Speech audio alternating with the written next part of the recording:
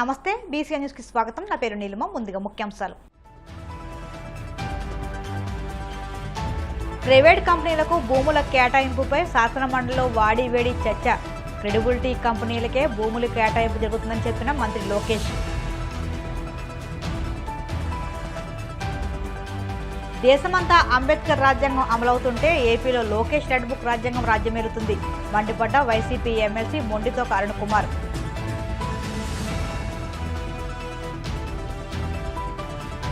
తిరుమల శ్రీవారిని దర్శించుకున్న ప్రముఖ సినీ నిర్మాత బండ గణేష్. ఆలయవరదలతో స్వాగతం పలికిన అధికారులు. ఢిల్లీలో కేంద్ర మంత్రి రామ్మోహన్ నాయుడుతో భేటీ అయిన తెలంగాణ సీఎం రేవంత్ రెడ్డి. వివిధ విమానాశ్రయాల అభివృద్ధి పనులకు సంబంధించి చర్చ. ప్రైవేట్ కంపెనీలకు ఏపీ ప్రభుత్వం భూముల కేటాయింపుపై శాసనమండలిలో గురువారం చర్చ జరిగింది. ప్రైవేట్ కంపెనీలకు భూముల కేటాయింపుపై శాసనమండలిలో వాడివేడిగా చర్చించారు. ఈ చర్చలో భాగంగా మంత్రి నారా లోకేష్ మాట్లాడారు. 5 కంపెనీలకు మాత్రమే 99 పైసలకు భూములు ఇచ్చామని స్పష్టం చేశారు. ఆయా కంపెనీలకు భూములు ఇవ్వొద్దంటే ఎలా అని ప్రశ్నించారు. క్రెడిబిలిటీ కంపెనీలకే భూముల కేటాయింపు జరుగుతుందని తెలిసి చెప్పారు. ఎంఓయూలు కుదుర్చుకున్నాకే కంపెనీలకు భూములు ఇచ్చామని మంత్రి లోకేష్ స్పష్టం చేశారు. 99 పైసలకి మీరు ఎందుకు భూమి ఇస్తున్నారని సభ్యులని ప్రశ్నించారు. It is the policy of the government. దాని కారణం కూడా ఏంటంటే అధ్యక్ష, వెస్ట్ బెంగాల్లో మీరు చూస్తే ఆనాడు టాటా వాళ్ళు నానో ఫ్యాక్టరీ పెట్టేదానికి వెళ్ళారు అధ్యక్ష. రతన్ టాటా గారు వెళ్తే ఆనాటి పాలకులు ఆ ప్రాజెక్ట్ ని తరిమేశారు అధ్యక్ష. గౌరవ ప్రధానమంత్రి నరేంద్ర మోడీ గారు, ఆయన గౌరవ ముఖ్యమంత్రిగా గుజరాత్ ముఖ్యమంత్రిగా ఉన్నప్పుడు అధ్యక్ష, టాటా సన్స్ ఆనాడు రతన్ టాటా గారికి అప్పుడు వాట్సాప్ కూడా లేదు అధ్యక్ష, SMS ద్వారా పెట్టి మీకు 99 పైసలకి నేను మొత్తం భూమి ఇచ్చడానికి సిద్ధంగా ఉన్నాను, మీరు రాండి గుజరాత్ కని ఆయన కోరితే వాళ్ళు గుజరాత్ కి ఆ ఫ్యాక్టరీ తీసుకెళ్లారు అధ్యక్ష. మొత్తం ఎకో సిస్టమ్ అనేది ఏర్పడింది అధ్యక్ష. అదే ఆదర్శంగా తీసుకుని ఐటీ ఎకో సిస్టమ్ మన విశాఖపట్నాన్ని ఒక ఐటీ క్యాపిటల్ గా రూపుదిద్దించాలనేది మేము ఒక నిర్ణయం తీసుకున్నాం. ప్లాన్ ప్రకారం మేము ముందలు తీసుకెళ్తున్నాం. ఇక్కడ ఏంటంటే అధ్యక్ష, మొత్తం ఎకో సిస్టమ్ అనేది ఏర్పాటు చేయాలి అధ్యక్ష. ఏపీఐఏసీలు ఐటీ భవనాలు కట్టలేదు అధ్యక్ష, ఎప్పుడు కట్టలేదు. దిస్ ఓన్లీ బిల్డింగ్ అధ్యక్ష. అది మిలీనియం టవర్స్ అని ఒకే ఒక బిల్డింగ్ కట్టారు. అది ఆల్రెడీ లీజ్ కి ఇచ్చాం అధ్యక్ష. లీజ్ పైన వచ్చే ఆదాయం చాలా తక్కువ అధ్యక్ష. మనం పెట్టే డబ్బులకి వచ్చే లీజ్ ఇన్కమ్ మనం బేరీ చేసుకుంటే పర్సెంటేజ్ చాలా తక్కువ ఉంటుంది కనుక ల్యాండ్ డెవలప్మెంట్ కి ఇస్తేనే బెటర్ అనేది ప్రభుత్వం ఒక పాలసీ తీసుకుని చేస్తాం జరిగింది అధ్యక్ష. మూడోది అధ్యక్ష, మేడం గారు అడిగారు. నేను మేడం గారిని సూటిగా ప్రశ్నించాలనుకుంటున్నా అధ్యక్ష. మా ప్రభుత్వానికి అయితే పిల్లలకు ఉద్యోగాలు కల్పించే లక్ష్యంతో మేము పనిచేస్తాం. గవర్నమెంట్ కి 2 రూపాయల ఆదాయం తగ్గినా పర్వాలేదు, ఇచ్చిన హామీ 20 లక్షల ఉద్యోగాలు మేము కల్పిస్తాం. That is our policy. లేదు మీకు ఆదాయం ఎక్కువ కావాలని పాలసీ మీకుంటే అది మీ పాలసీ. మా ప్రభుత్వం పాలసీ అయితే ఉద్యోగాల కల్పన అనేది ప్రభుత్వం పాలసీ అధ్యక్ష. ఇంకోటి అధ్యక్ష, MSME పార్క్స్ గురించి ప్రశ్నించారు అధ్యక్ష. అధ్యక్ష, 175 నియోజకవర్గాలు MSME పార్క్స్ ఏర్పాటు చేయాలనేది ప్రభుత్వం నిర్ణయం తీసుకుంది. అక్కడ లోకల్ గా భూములు మనం తీసుకుంటున్నాం. డెవలప్మెంట్ మొత్తం ఎకో సిస్టమ్ క్రియేట్ చేస్తున్నాం అధ్యక్ష. అంతేకాకుండా ప్రైవేట్ పార్క్స్ కూడా చేయొచ్చని మేము పర్మిషన్ ఇచ్చాం అధ్యక్ష. అంటే 10 ఎకరాలు ఉన్నా 20 ఎకరాలు ఉన్నా 200 ఎకరాలు ఎవరి దగ్గరనైతే భూమి ఉందంటే వాళ్ళు ప్రైవేట్ పార్క్స్ గా తయారు చేసుకుని వాళ్ళు ఆ పార్క్ లో ఇన్ఫ్రాస్ట్రక్చర్ అంతా ఏర్పాటు చేసి వాళ్ళే అది మార్కెటింగ్ చేసి అమ్మకం పెట్టి వాళ్ళు చేసుకోవచ్చు అధ్యక్ష. దాంట్లో అద్భుతమైన ఉదాహరణ శ్రీ సిటీ. ప్రైవేట్ రంగంలో శ్రీ సిటీ ఉంది అధ్యక్ష. శ్రీ సిటీ ద్వారా ఒక ఎకో సిస్టమ్ అనేది ఆ ప్రాంతాల్లో కూడా ఏర్పడింది అధ్యక్ష. ఇంకోటి AMTZ అధ్యక్ష. విశాఖపట్నంలో మెడికల్ డివైసెస్ మ్యానుఫ్యాక్చరింగ్ కూడా ఒక ఎకో సిస్టమ్ ఏర్పాటు చేశాం అధ్యక్ష. మీరు చూస్తే ఈరోజు ఒక వైబ్రెంట్ ఎకో సిస్టమ్ ఉంది అధ్యక్ష. It is first of it's kind. భారతదేశంలో ఏ రాష్ట్రం లేని విధంగా మెడికల్ డివైసెస్ మ్యానుఫ్యాక్చరింగ్ కూడా ఒక అద్భుతమైన ఎకో సిస్టమ్ ఏర్పాటు చేశాం అధ్యక్ష. అధ్యక్ష, ఇప్పుడు సాలాపూరి సత్వాది అడిగారు అధ్యక్ష. మేడం గారు దయచేసి వెళ్ళి హైదరాబాద్ లో ఒకసారి చూడాలి అధ్యక్ష. ఐఎమ్ రిక్వెస్టింగ్ ఎవ్రీవన్, మీరు వెళ్ళి దయచేసి చూడండి. దిస్ ఇస్ నాట్ ర్యాండమ్ కంపెనీలు. ఇది ఏదో ర్యాండమ్ కంపెనీలు కాదు. క్రెడిబిలిటీ ఉన్న కంపెనీలు కనీసం 5-6 రాష్ట్రాల్లో వాళ్ళు డెవలప్మెంట్ చేస్తున్న వారు. వాళ్ళకి ఏంటంటే అధ్యక్ష, వాళ్ళ బిల్డింగ్స్ వాళ్ళకి grade A IT office space కట్టుకెళ్ళిన వాళ్ళు కట్టుకెళ్తారు అధ్యక్ష. Grade A IT office space కట్టుకెళ్తారు. దాంతో మొత్తం ఎకో సిస్టమ్ ఏర్పడుతుంది. వాళ్ళే మళ్ళీ తీసుకెళ్లి జాయింట్ మార్కెటింగ్ GCC అందరికీ మేము మార్కెటింగ్ కలిసి కట్టుగా చేయగలుగుతాం అధ్యక్ష. అంటే ఇప్పుడు GCCs ఎందుకు వస్తాయి అధ్యక్ష? విశాఖపట్నం ఎక్కడుంది అధ్యక్ష? Grade A IT office space లేదు అధ్యక్ష విశాఖపట్నంలో. మేము ఫస్ట్ డావోస్ మీటింగ్ లో నేను కాగ్నిసెంట్ చైర్మన్ కలిసిన రవి గారు నేను కలిసినప్పుడు ఐ కమిటెడ్, ఎస్ 99 పైసకి నేను భూమి ఇస్తాను, నేను committed as a minister. That was my technique to cell. నేను కమిటెడ్. లాస్ట్ డావోస్ లో ఫాలో అప్ మీటింగ్ వెళ్ళినప్పుడు ఆయన అడిగారు, మా ఎంప్లాయీస్ లో ఈ 4-5 రిజర్వేషన్స్ ఉంది, ట్రాన్స్పోర్టేషన్, మనకి రెంటల్ అకామిడేషన్, హోటల్, హాస్పిటల్స్, ఈ ఎకో సిస్టమ్ మీరు ఎట్లా బిల్డ్ చేస్తున్నారు? ఎందుకంటే మా ఎంప్లాయీస్ కి, పొటెన్షియల్ ఎంప్లాయీస్ కి కన్స్ట్రెంట్స్ ఉన్నాయంటున్నారు. మీ ప్లాన్ ఏంటి? స్కూల్స్ ఏం చేయబోతున్నారు? ఈ ఎకో సిస్టమ్ లో మీరు ఎట్లా బిల్డ్ చేయబోతున్నారు? మాకు తిప్పి వాళ్ళు మమ్మల్ని అడిగారు, అధ్యక్ష ఏదో ఒక ఐటీ కంపెనీని తీసుకొస్తాం కాదు అధ్యక్ష, మొత్తం ఎకో సిస్టమ్ క్రియేట్ చేస్తేనే ఇది సస్టైన్ అవుతుంది అధ్యక్ష. ఆ ఎకో సిస్టమ్ బిల్డింగ్ లో ప్రాసెస్ లో as you're bringing hospitals, grade A IT space కట్టేవాళ్ళు. ఇప్పుడు కంపెనీస్ మేడం గారు చెప్పారు, ఇది పేపర్ కంపెనీలా? They're all credible large scale players అధ్యక్ష. వాళ్ళ స్పేస్ లో they are among the top 5. ఇంకా తీసుకురావాలి అధ్యక్ష. విశాఖపట్నంలో ఒక వైబ్రెంట్ ఎకో సిస్టమ్ క్రియేట్ చేయాలంటే తప్పనిసరిగా ఇలాంటి కంపెనీస్ తీసుకురావాల్సిన అవసరం ఉంది. చాలా ఫోకస్డ్ గా చేయాల్సిన అవసరం ఉంది అధ్యక్ష. ఎందుకంటే 5 సంవత్సరాలు మనం ఇప్పటికీ చాలా నష్టపోయి ఉన్నాం. ఈ 18 నెలల్లో ఎవరు ఊహించిన విధంగా ఇంత పెద్ద పెద్ద పరిశ్రమలు తీసుకొచ్చారు అధ్యక్ష. మీరు ఒకసారి చూడండి అధ్యక్ష. ప్రజల ఆకాంక్షలను సభలో వినిపించాలంటే వైసీపీకి ప్రతిపక్ష హోదా కావాలని ఎమ్మెల్సీ మొండితో కరుణ్ కుమార్ వ్యాఖ్యానించారు. రాష్ట్రంలో 3 పార్టీలు ఒకవైపు ఉంటే వైసీపీ ప్రజల పక్షాన ఉందని ఆయన స్పష్టం చేశారు. దేశమంతా అంబేద్కర్ రాజ్యాంగం ప్రకారం నడుస్తుందని, కానీ ఏపీలో లోకేష్ రెడ్ బుక్ రాజ్యాంగం నడుస్తుందని ఆరోపించారు. రాష్ట్రంలో శాంతి భద్రతలు క్షీణించాయన్నారు. మాజీ మంత్రుల ఇళ్లపై దాడులు జరుగుతున్నాయని, మెడికల్ కాలేజీలను ప్రైవేటీకరణ చేయడం ద్వారా ప్రజలకు ఇచ్చిన వాగ్దానాలను ప్రభుత్వం నెరవేర్చడంలో విఫలమైందని తెలిపారు. ఎన్టీఆర్ భవన్ నుంచి వచ్చిన స్క్రిప్ట్ను మాత్రమే గవర్నర్ చదువుతున్నారని, తన ప్రసంగంలో వాస్తవమా కాదా అనే అంశాన్ని గవర్నర్ పరిశీలించలేదని ప్రశ్నించారు. పార్టీ వైఎస్ఆర్ కాంగ్రెస్ పార్టీ ప్రజల పక్షాన ప్రజల గొంతుకును వినిపిద్దామని చెప్పి అసెంబ్లీలో గత 19 నెలల నుంచి మాకు ప్రధాన ప్రతిపక్ష హోదా ఇవ్వండి, ప్రజల ఆకాంక్షల్ని, ప్రజల కోరికల్ని, ప్రజల అభిప్రాయాల్ని సభ ద్వారా మీ దృష్టికి తీసుకొస్తామని చెప్పి జగన్మోహన్ రెడ్డి గారు ప్రధాన ప్రతిపక్ష పాత్ర కోసం, హోదా కోసం న్యాయ పోరాటం చేస్తూ అనేక సార్లు ఈ రాష్ట్ర ప్రభుత్వాన్ని విజ్ఞప్తి చేయడం జరిగింది. అయినప్పటికీ కూడా ఈ 4 పార్టీలు, 3 పార్టీలు, తెలుగుదేశం పార్టీ, బీజేపీ, జనసేన, ఈ 3 పార్టీలు ప్రజల గొంతుకు కానీ, ప్రజల ఆకాంక్షను కానీ ఏనాడు కూడా మాట్లాడకుండా తన సొంత రాజకీయాల కోసం, తన సొంత వ్యాపారాల కోసం ఈ రాష్ట్రాన్ని లూటీ చేసే సంస్థగా ఈ 3 పార్టీలు తయారైనవి. ఈరోజు దేశంలో ఎక్కడ చూసినా సరే అంబేద్కర్ రాజ్యాంగం అమలవుతుంటే ఈ రాష్ట్రంలో మాత్రం లోకేష్ గారి రాజ్యాంగం మాత్రం అమలవుతుంది.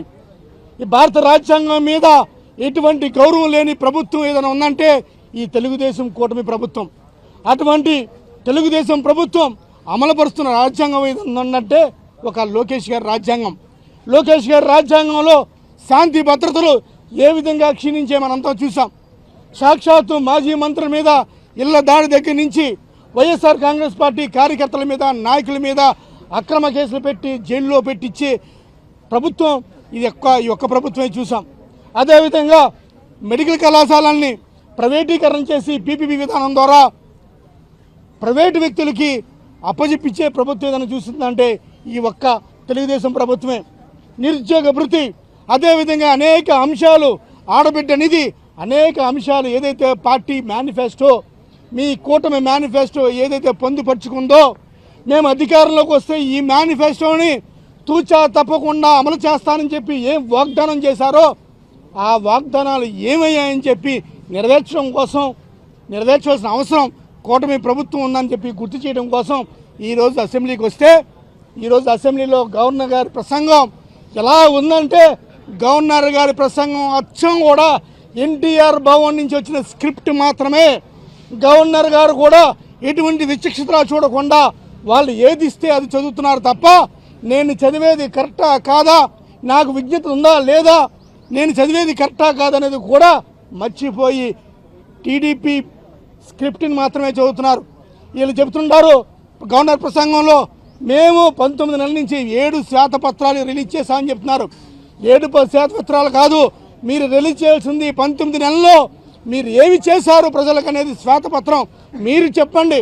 మీరు వైట్ పేపర్ మీరు రిలీజ్ చేయండి తప్ప అంతే తప్ప మేము 7 శ్వేతపత్రాలు రిలీజ్ చేశామని చెప్పి మాయ మాటలు చెప్పకండి.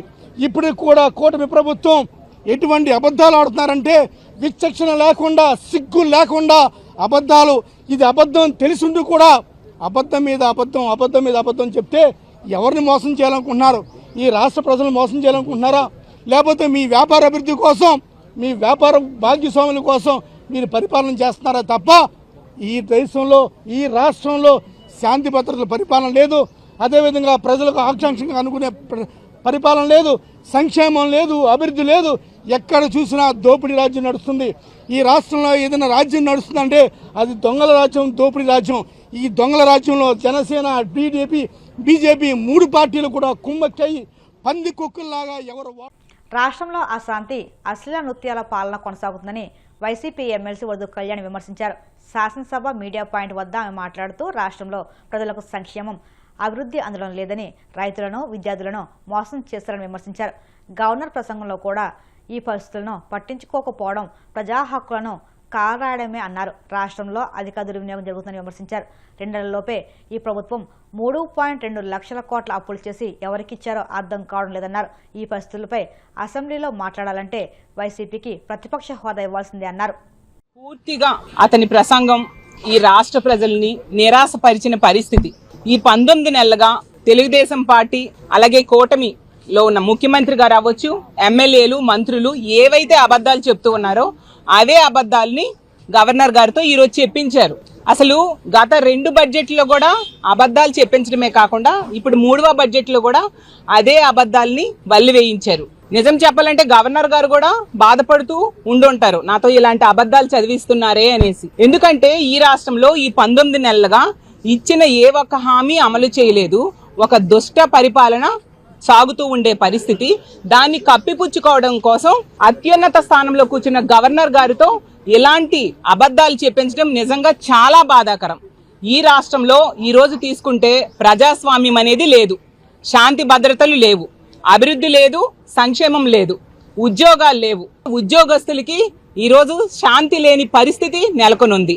ఈ రాష్ట్రంలో ఎవరిని అడిగినా, ఏ ప్రజల్ని అడిగినా కూడా చెప్తారు ఎలాంటి పాలన సాగుతుంది అని అడిగితే ఈ రాష్ట్రంలో అశాంతి, అప్పులు, అలాగే అక్రమ కేసులు, అశ్లీల నృత్యాలు, అప్రజాస్వామికమైన పాలన సాగుతూ ఉంది అనేసి ప్రతి ఒక్క ప్రజలు చెప్పే పరిస్థితి మనం చూస్తూ ఉన్నాము. నిజంగా ఇంత దారుణమైన పరిపాలన గతంలో ఎప్పుడు ఈ రాష్ట్రంలో లేదు. ఈవెన్ చంద్రబాబు నాయుడు గారు గతంలో ముఖ్యమంత్రిగా ఉండేప్పుడు కూడా ఇంత దారుణంగా పరిపాలించలేదు.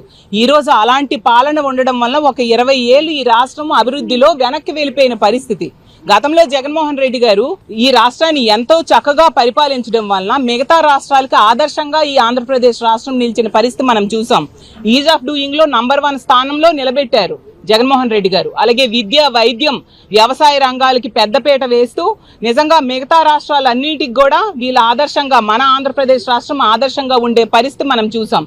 నిజంగా అప్పుల్లో తీసుకుంటే 3.22 లక్షల కోట్లు అప్పు చేశారు కేవలం 19 నెలల్లో కూటమి ప్రభుత్వం. అంటే అది ఆల్ టైమ్ రికార్డు.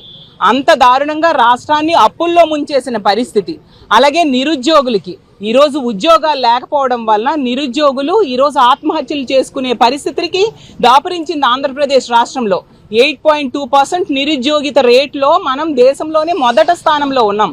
ఇంత దారుణమైన పరిస్థితులు గతంలో ఎప్పుడైనా చూసామా అని నేను అడుగుతూ ఉన్నాను. నిరుద్యోగులకి నిరుద్యోగ భృతి ఇస్తామన్నారు, అది ఇప్పటి వరకు కూడా 19 నెలలైనా 3వ బడ్జెట్ ప్రవేశపెడుతూ ఉన్నారు, ఇప్పటికి కూడా ఇవ్వని పరిస్థితి మనం చూస్తూ ఉన్నాము. రైతులకి పెట్టుబడి సాయం లేదు, గిట్టుబాటు ధర లేదు. దానివల్ల రైతులు ఈరోజు ఆత్మహత్యలు చేసుకుంటూ ఉండే పరిస్థితి మనం చూస్తూ ఉన్నాము. లేబర్ కోడ్లకు వ్యతిరేకంగా దేశవ్యాప్త సమ్మెలో భాగంగా విశాఖలో కార్మిక సంఘాలు నిరసన వ్యక్తం చేశాయి. జీవీఎంసీ గాంధీ విగ్రహం వద్ద జరిగిన సభలో కార్మిక సంఘాల నేతలు పాల్గొని ప్రభుత్వానికి వ్యతిరేకంగా నిరసన గళాలను వినిపించాయి. 4 లేబర్ కోడ్లను రద్దు చేయాలని, కనీస వేతనం 26,000 అమలు చేయాలని, స్కీమ్ వర్కర్లకు యాప్ల భారం తగ్గించాలని డిమాండ్ చేశారు. ప్రభుత్వం తక్షణమే కార్మికుల సమస్యలను పరిష్కరించాలని కోరారు. కార్మికులకు అనుకూలంగా ఈ కార్మికుల కోడ్ను తీసుకొచ్చామని నాయకులందరినీ పిలిచి కూర్చోబెట్టి మాట్లాడి ఇంకా ఇలాంటి అన్యాయాలు జరుగుతున్నాయి, వీళ్ళు కొత్త చట్టం తీసుకొస్తున్నావు, ఈ కొత్త చట్టాల వల్ల ఈ విధంగా చెప్పవలసిన బాధ్యత తనకు లేదా? నిజంగా అందులో మంచి ఉన్నట్లయితే నిజంగా చెప్పేవాడు. ఈ 4 కార్మికుల కోడ్ని తీసుకురావడం జరిగింది. అమ్మ మనందరూ కూడా పల్లెటూరు నుంచి అక్కడి నుంచి వచ్చాం.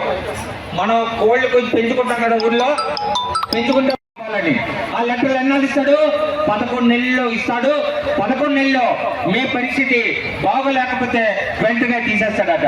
అలాగా ఈ 11 నెలలు అయిన తర్వాత ఆటోమేటిక్ గా మనందరిని కూడా తీసేసి ఆడి మళ్ళీ అనుకూలమైన వాళ్ళందరినీ కూడా రిక్రూట్మెంట్ చేసుకుంటాడు. ఇది ఈ చట్టంలో వాళ్ళు లెటర్ ఇచ్చే పరిస్థితి. ఇంత దారుణమైన పరిస్థితి ఎక్కడైనా ఉంటుందా? కార్మిక వర్గం మీద మనందరినీ కూడా బానిసలుగా చేయడానికి తప్ప వేరే కాదని చెప్తున్నాం. అంతేకాదు అతను తీసుకొచ్చే దానిలో మనకి 40 సంవత్సరాలు దాటితే మనకి వైద్యం చేయించి మెడికల్లో ఫిట్ అయితే మరలా ఉంటాము, మెడికల్లో ఫిట్ లేకపోతే మరలా అక్కడ కూడా తీసేస్తారు. అంటే మన భవిష్యత్తు 40 సంవత్సరాలు దాటి మన పని చేయడానికి మనకు అర్హత లేదు అని చెప్పేదానికి ఈ విధానం కూడా మోడీ తీసుకొచ్చాడు. అంతేకాదు ఇవాళ నిర్మలా సీతారామన్ గారు ఇవాళ చెప్తున్నారు, భారతదేశాన్ని కాంగ్రెస్ ప్రభుత్వం అమ్మేసిందని చెప్తున్నాడు. మోడీ గారు, నిర్మలా సీతారామన్ గారు మిమ్మల్ని ఒకటే అడుగుతున్నాం, మీరు అమ్ముతున్న గనులు కానీ, మీరు అమ్ముతున్న పబ్లిక్ సెక్టర్స్ కానీ ఎవరు వచ్చాయి? ఆ రోజు అన్ని కార్మిక సంఘాలు, ప్రజలు కాంగ్రెస్ ప్రభుత్వంతో ఒప్పించి పబ్లిక్ సెక్టర్స్ నియమిస్తే ఆ ఎన్ని కూడా ఇవాటి ఒకటి అమ్ముకుంటూ పోతూ ఉన్నాడు. కాబట్టి ఇలాంటి మాయ మాటలు చెప్పే మోడీని కానీ, వాడికి సపోర్ట్ చేస్తున్న ఇక్కడ కూటమి ప్రభుత్వాన్ని కానీ పారదోలవలసిన ఆవశ్యకత భవిష్యత్తులో ఉంది.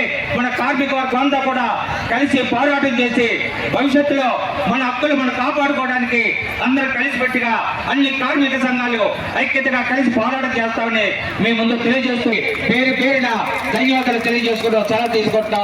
జై హింద్. ఇప్పుడు కాసేపు ప్రకటనలు.